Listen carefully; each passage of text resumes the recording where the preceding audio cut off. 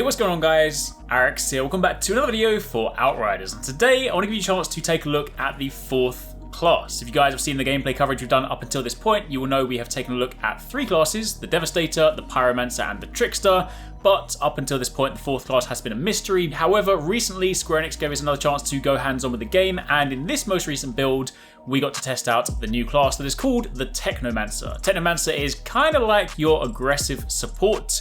They are rather unique in a couple of different ways, which I'll speak about in a moment, but for those of you guys that want to sort of play the support role, have a load of kind of things that you can throw out and deploy in the battlefield, they are actually pretty cool. So if you guys do enjoy this, then a like would be super appreciated. Comment down below, let me know what you guys think so far. Let me know if you guys have got questions about this class, about how it works. And again, I want to give a massive shout out to Square Enix for very kindly giving us access to the game early.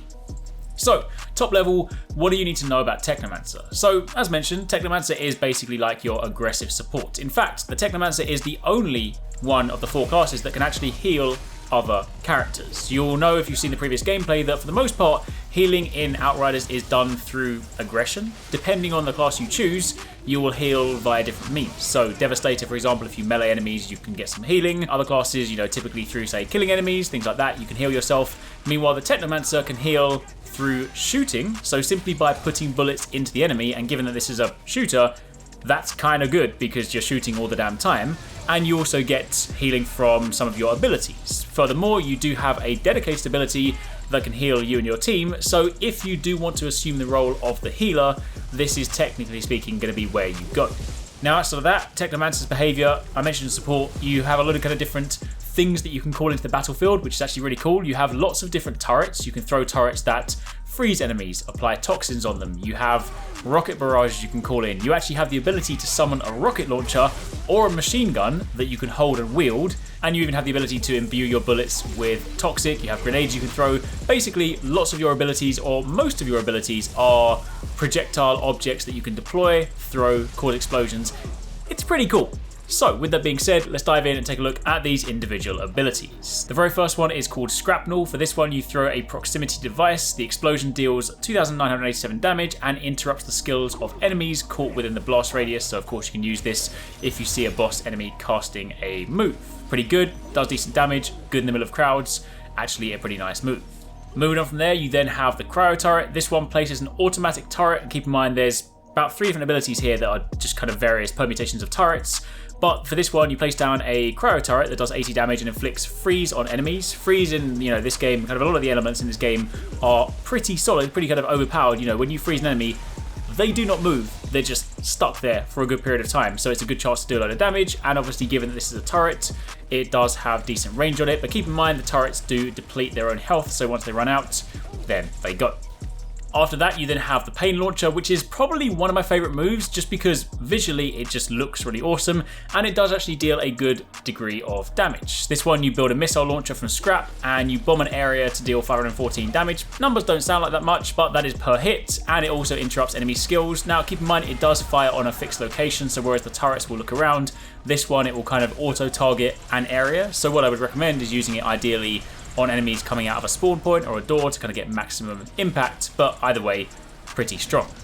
You then have the ability Blighted Round. So this one gives you the ability to fill your current weapons magazine with decay-infused bullets that inflict toxic on the target, and enemies within a small radius of the main target also receive toxic at 50% damage. So this is really good if you fire it into a crowd, and of course this one actually lasts until you reload or until you switch weapons. So pretty good, throw it on like a large magazine weapon, and you've got some pretty nice recipe for inflicting quick toxic. And again, stacking elements, inflicting elements, is pretty good, pretty sort of fast in this game.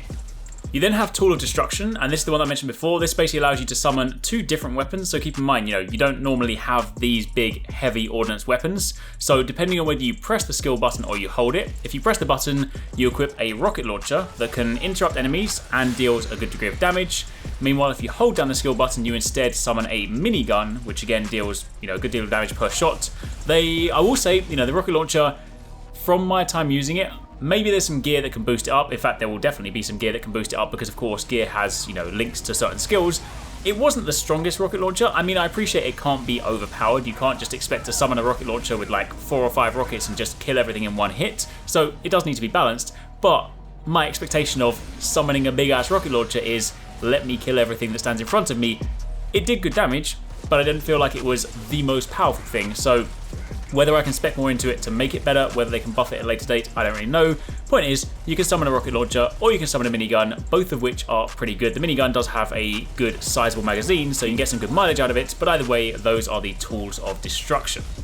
You then have the Fixing Wave, which allows you to release your energy to restore 33% of health to all players and 50% of health to your turrets. So keep in mind, any of the turrets that you summon, they basically have a health bar, and of course that naturally depletes, but with this you can not only heal your allies, but you can also heal your gadgets. So if you do want to spec heavily into like a turret playstyle, and of course, you know, have these deployed all the time, then this is going to be kind of handy.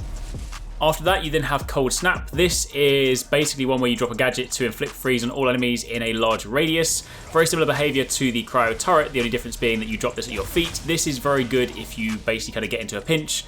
And the radius is actually pretty good. It's good at kind of catching more enemies. So in some degrees, I found myself using this more so than the Cryo Turret. You know, the Cryo Turret is of course good at kind of placing it down and having it pick up enemies at different times. But this one, I just like the fact that you can just drop it, everyone's frozen, and you can then just go and dish out a ton of damage. And then finally, your very last skill that you unlock at max level is Blighted Turret. For this one, you place an automatic turret that deals 198 damage and inflicts toxic on enemies. The turret's health again slowly depletes over time. The thing worth noting with this one is the cooldown on this is incredibly quick. So, you know, you can basically deploy this, have it inflict toxic, have, you know, enemies shoot at it, its health goes down, it gets destroyed, and very quickly after, you can drop it down again. So you can, you know, and of course, if you pair that with skills that can reduce your cooldown time, then you can almost have 100% uptime on this. Not quite, but it's basically always ready to go. So, you know, this is definitely a nice one. Again, if you want to spec more or so into the kind of turret playstyle, mixing that between a Cryo Turret and a Blighted Turret means you can inflict toxic and freeze, and of course, then fill the slot with whatever you want. Now, of course, outside of that, you do have your usual class tree where you can then spend your perk points and you can, of course, spec into your different playstyles. For the most part, I'm just going to let this scroll through the background. A lot of this is more so specking into things, you know, as you've seen before.